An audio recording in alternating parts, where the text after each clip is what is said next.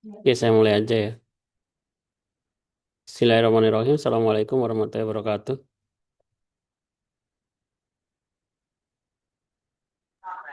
Waalaikumsalam warahmatullahi wabarakatuh. Alhamdulillah di siang hari ini kita bisa ketemu. Di agenda perkuliahan kampus masuk ke pertemuan 13 ya. Masih ada dua pertemuan lagi. Sebelum saya masuk ke materi baru, saya mau bahas tugas sebelumnya. Di pertemuan 12 saya cek. Dari yang sudah mengumpulkan ini, kemarin saya sudah memberitahu ya kalau pengumpulan tugas itu jangan lupa menulis nama sama NIM di program ya. Saya cek ini nggak ada yang nulis. Nah, oh ini ada.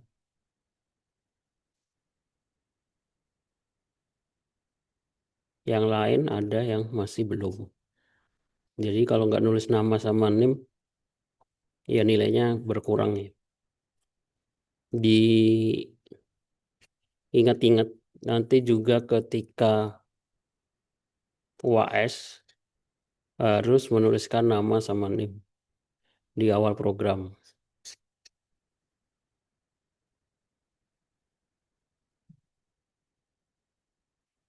Oke, ya sudah ngumpulkan sih harusnya nggak ada masalah membuat Streamlit ya, nggak ada error. Oke, sekarang baru masuk ke mata kuliah inti kita ya, kecerdasan buatan. Nanti UAS-nya akan seperti yang akan kita pelajari hari ini dengan topik yang kalian cari sendiri ya. Di sini ada beberapa contoh penelitian yang masih ada hubungannya tentang prodi kalian ya. Analisa hasil pertanian padi jagung menggunakan regresi linear. Hari ini sih saya akan membahas tentang regresi linear ya. Ini metode statistik sebenarnya digunakan untuk memprediksi dalam bidang kecerdasan buatan yang sederhana di berbagai topik bisa digunakan ya. Contoh yang lain,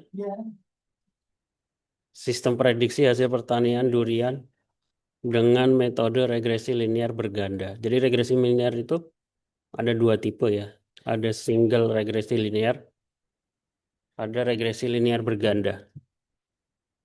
Nah, yang berganda ini apa? Ini adalah datanya, labelnya. Nanti akan kita pelajari. Ini beberapa contoh ya. Nanti UAS-nya seperti ini dengan data yang kalian cari sendiri. Datanya bisa real, boleh data bohongan ya. Nggak mungkin untuk UAS pakai data real kan agak susah ya.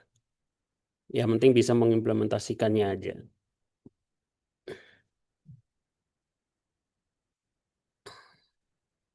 Jadi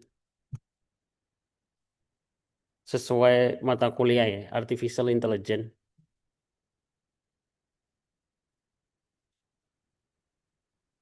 Setelah pertemuan ke-13 kita baru bahas topik mata kuliah Artificial Intelligence ya. Ya karena sebelum mempelajari kecerdasan buatan ya harus paham konsep pemrograman dulu ya, supaya bisa diimplementasikan.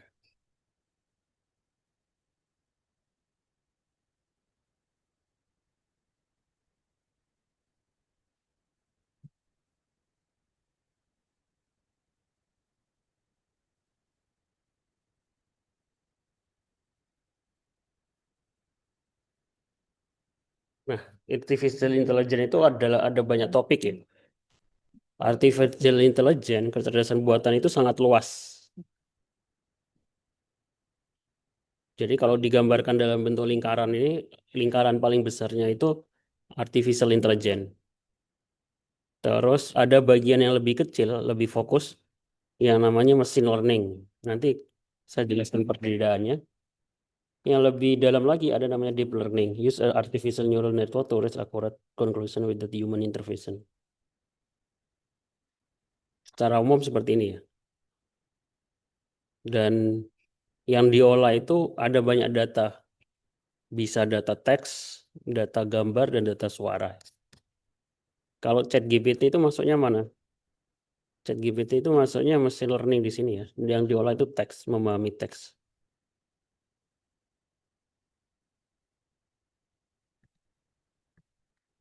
Apa perbedaan machine learning dan artificial intelligence? Kecerdasan buatan itu hanya membuat program yang bisa mengklasifikasikan aja ya, tidak bisa mengenali pola.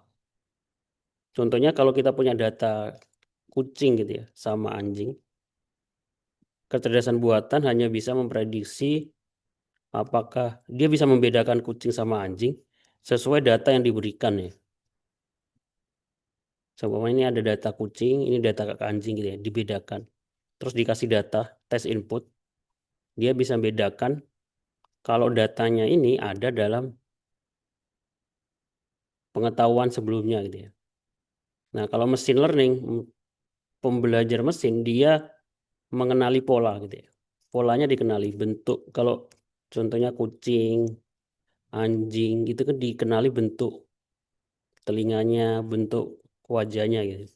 Jadi ketika ada sebuah input baru, ini kan bentuk kucing dengan warna yang berbeda dengan datanya, bentuknya berbeda, ada bentuk gambar kucing baru gitu ya. Dia bisa mengenalinya. Itu perbedaannya. Nah, kalau deep learning, dia bisa memproduksi gambar baru gitu ya. Kucing baru yang belum pernah ada dari data yang sudah diberikan. Oke. Secara sederhana, definisi machine learning adalah cabang dari kecerdasan buatan, ya, bagian dari kecerdasan buatan, yang memungkinkan komputer untuk belajar dari data tanpa diprogram secara eksplisit. Nah, kalau diprogram secara eksplisit itu namanya artificial intelligence, kecerdasan buatan. Contoh sehari-hari yang bisa kita temukan, Netflix yang merekomendasikan film, Google Maps yang memprediksi waktu perjalanan, deteksi wajah pada kamera ponsel. Kamera ponsel yang ada face recognition-nya itu ya. Itu salah satu implementasi dari machine learning.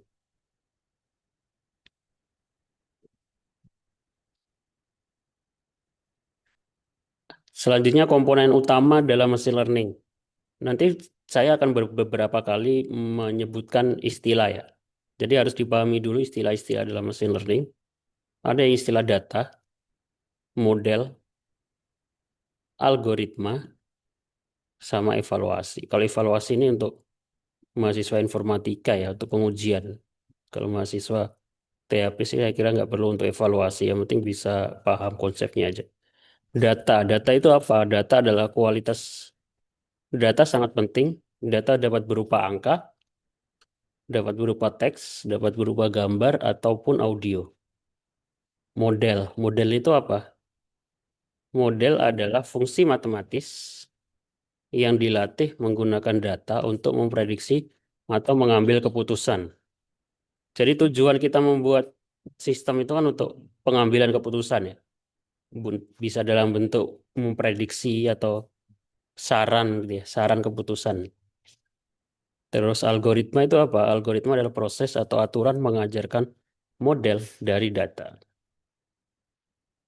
Evaluasi cara mengukur secara baik, seberapa baik model bekerja dengan data yang terlihat sebelumnya. Terus ini contoh metode paling sederhana dalam machine learning ya, regresi linear. Nanti WAS-nya pakai regresi linear aja ya. Sebenarnya ada banyak metode yang bisa digunakan, tapi saya pilih yang paling mudah dan dipahami untuk mahasiswa non-informatika ya. Regresi linear adalah metode statistik yang digunakan untuk melihat hubungan antara dua variabel. Jadi kalau cuma dua variabel itu, dia regresi linear, single regresi linear ya, cuma satu. Kalau regresi linear berganda, variabelnya nanti ada banyak, ada lebih dari dua gitu ya. Nah, variabel itu dibagi menjadi dua, variabel bebas sama variabel terikat. Faktor yang mempengaruhi dan hasil atau respon.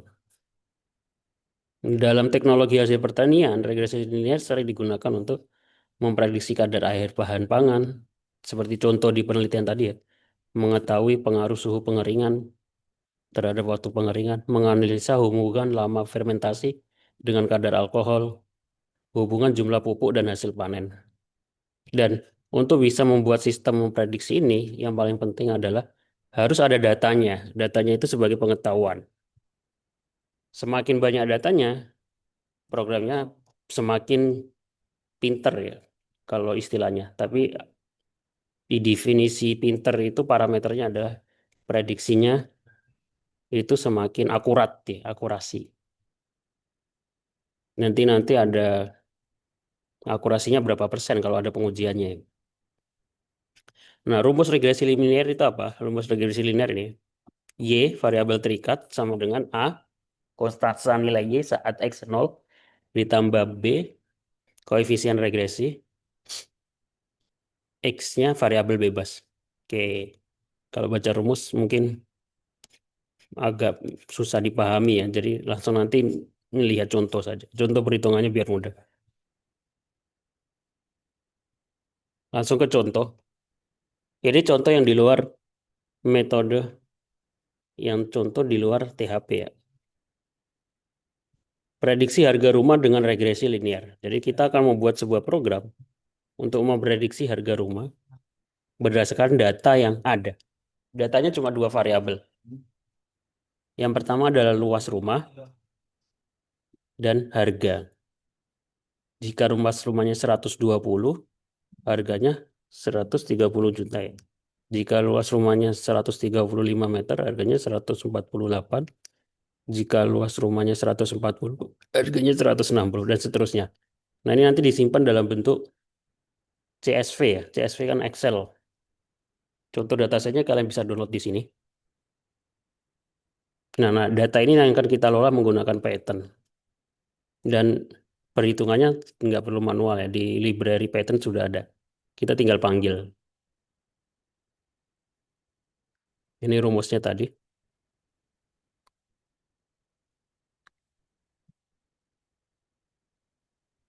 Nah, ini ada yang kelewat. Hmm. Jadi, untuk membuat sistem prediksi, sebenarnya regresi linear, itu kita akan membuat model ya. Modelnya itu kalau digambarkan dalam sebuah grafik itu garis. Bagaimana bentuk garisnya ini? Jadi, dari data yang sudah ada, yaitu data harga, yang horizontal itu harga, yang vertikal adalah luas. Jadi, analisa regresi linear adalah metode statistik yang digunakan untuk membentuk model hubungan antara variabel terikat dependen dengan satu atau lebih variabel. Jadi kalau variabelnya lebih dari satu itu nanti namanya regresi linear berganda ya. Berdasarkan banyaknya variabel bebas yang ada dalam model. Regresi linear dibagi menjadi dua, regresi linear sederhana dan regresi linear berganda. Tergantung variabelnya. Nah, dari data tadi, tadi kan datanya jika 120 meter, luasnya 120 meter, harganya berapa tadi? 120 juta ya. Jadi titiknya di sini. Dari data itu kita kemudian buat grafik titik-titik. Dari titik-titik itu, akhirnya kita bisa mengambil garis lurus. Nah, garis lurus ini adalah garis prediksi ya. Garis prediksinya itu garis lurus ini. Jadi ketika kita punya luas tanah berapapun, kita taruh di sini semuanya. Ini 157, kan nggak ada di data ya. Tapi kita bisa memprediksi harganya dengan menarik garis ini. Nah, dia itu ketemu di harga berapa. Ini kalau divisualisasikan dalam bentuk grafik ya. Tapi nanti dibuat programnya dalam bentuk streamlit, inputan gitu. Ini gambarannya. Ya, seperti tadi cara penghitungannya itu ini. Contohnya ini ada kita punya data 1, 3. Ini data X, variabel Y. Jika 1, X-nya 1, Y-nya 3. Jika X-nya 2, Y-nya 4. Jika X-nya 3, Y-nya 2, dan seterusnya. Ini contoh data ya. Di luar tadi, harga rumah. Itu kan akhirnya membentuk titik-titik ini. Nah, kemudian di rata-rata. Untuk perhitungannya, ini harusnya ada perhitungannya. Nah, yang kita cari adalah nilai ini ya, 4/10 0,4, nilai slope-nya.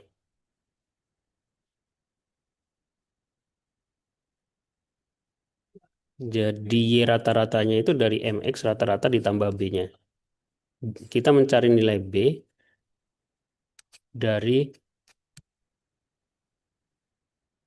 bentar.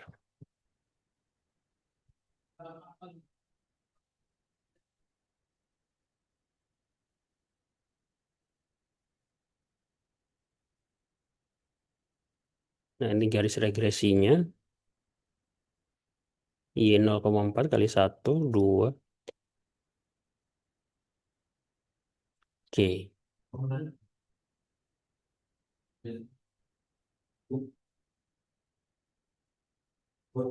Y adalah dependent variable, X independent, M nilai slope-nya, B intercept-nya. Jadi kita mencari nilai M-nya terlebih dahulu deh. Dari rumus ini, X sama Y, kemudian X dikurangi inverse X, Y dikurangi inverse Y, di pangkat 2, dikalikan. Kalau rumusnya ya.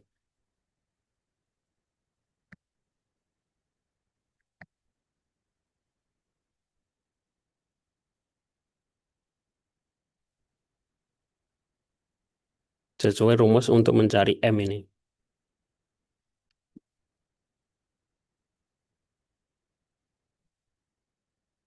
Simbol ini kan simbol jumlah ya. Jadi tadi jumlah perhitungan sebelumnya itu adalah 4 sama 10.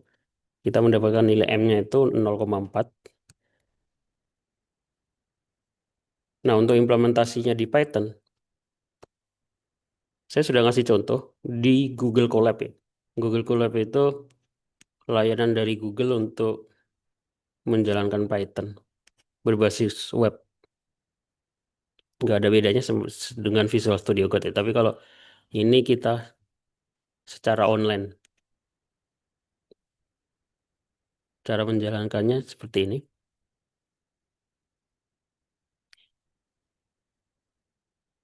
Nah, saya kasih contoh yang kalau kita menjalankan di Visual Studio Code ya. Kita buka Visual Studio Code. Jangan lupa open folder dulu. Tentukan folder yang akan kita pakai untuk membuka Python-nya.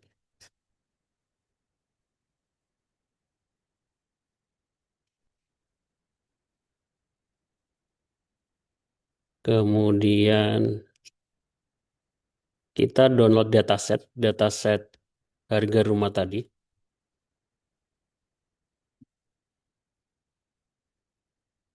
Bentuknya seperti ini ya, CSV ya. Sama kita juga sebenarnya bisa bikin sendiri ya pakai Excel. Ini kita save data rumah.csv.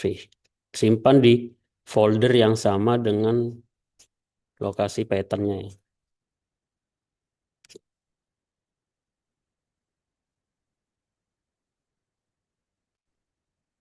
Kalau sudah, kita bikin file Python. Ini pertemuan 13.py. Copy program yang ada di Google Colab tadi. Pertama ini maksudnya apa? Ini untuk memanggil library ya. Beberapa library yang bisa kita pakai. Seperti Streamlit kemarin kan, import. Pandas itu untuk mengolah data Excel, NumPy itu untuk statistik.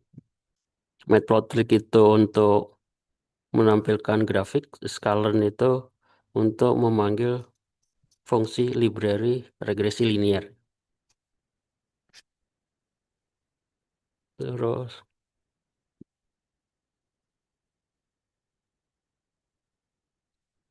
kita panggil datasetnya pandas read CSV. dalam bentuk nama filenya harus disesuaikan ya. Di sini tadi nama filenya adalah data rumah.csv. Berarti di sini kita harus ganti data rumah.csv.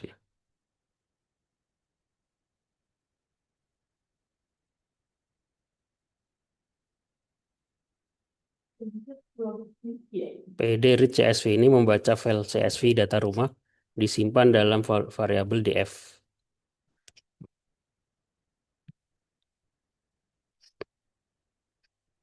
Nah, untuk menampilkan data, kita print df.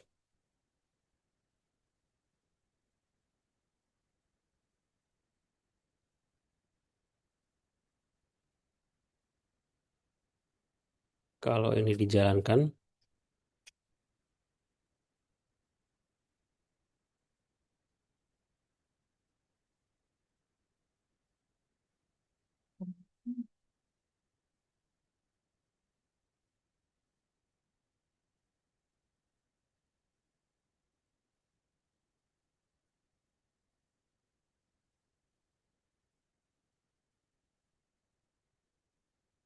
no module escalar. Nah, kalau ada error ini, artinya kita harus nginstal library yang dibutuhkan ya.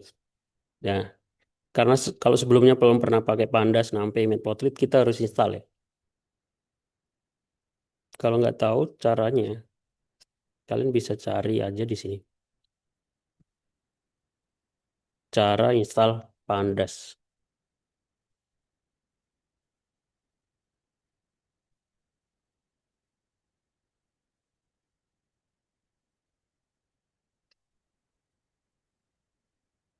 Kebanyakan pip install Pandas ya. Jadi pip install nama library-nya.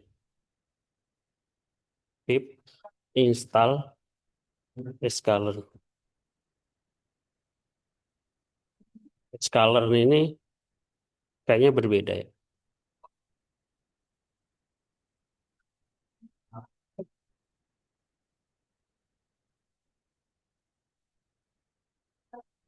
Installing Escaler. Nah, pip install scikit-learn.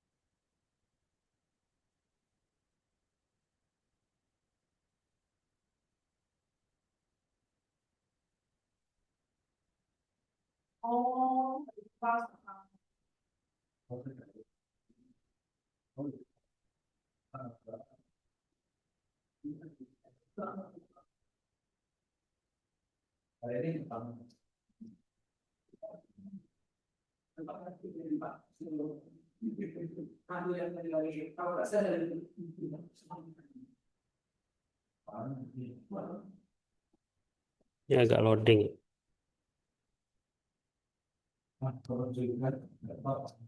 Harusnya ini kalau dijalankan.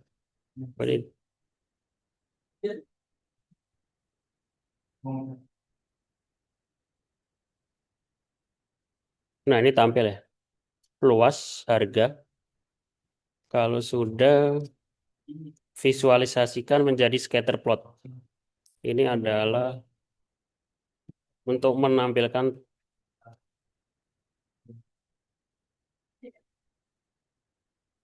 scatter plot.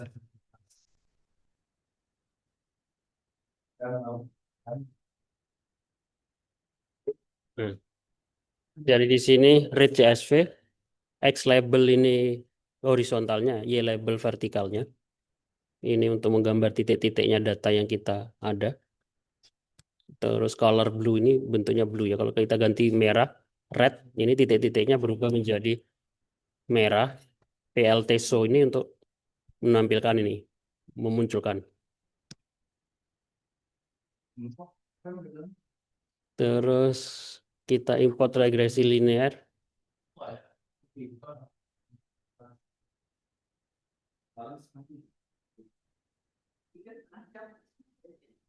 Pelteso.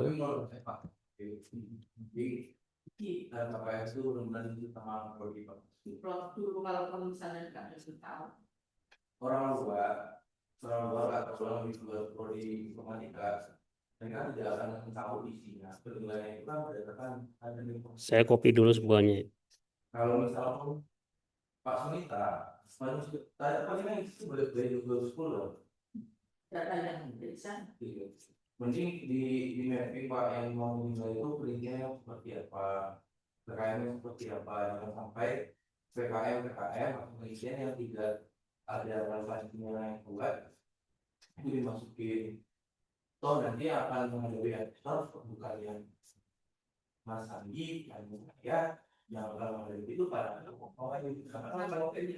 Oke, kalau ini kita jalankan.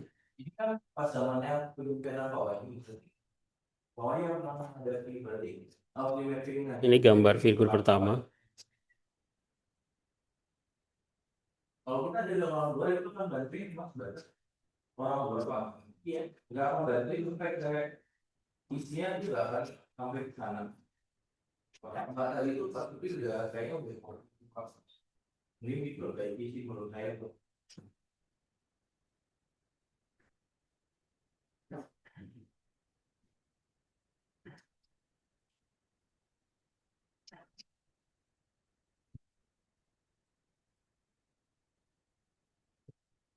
Ngajar dulu.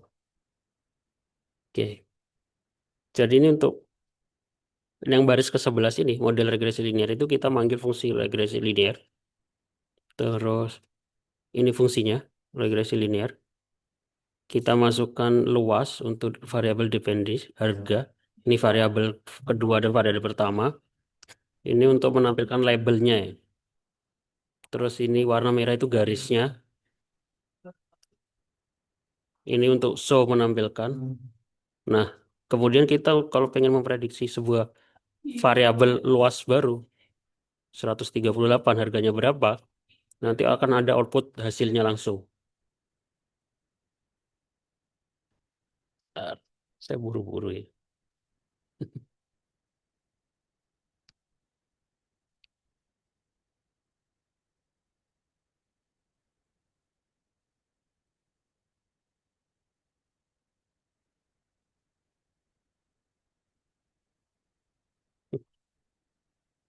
Di sini saya sudah ada kasus contoh, nanti akan saya bahas di pertemuan selanjutnya. Prediksi waktu pengeringan gabah ini. Dengan datanya data asal ya, hanya contoh aja. Ini akan saya lanjutkan di pertemuan selanjutnya aja. Kemudian ada istilahnya deploy. Deploy ini setelah proses mencari modelnya sudah selesai, nanti model itu kita ekspor untuk menampilkan sebuah tampilan seperti ini.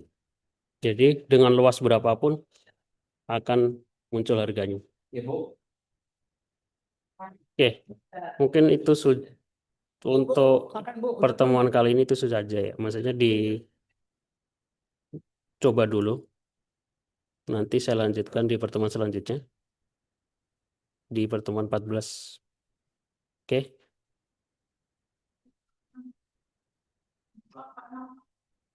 Oke, itu saja ya. Ada pertanyaan?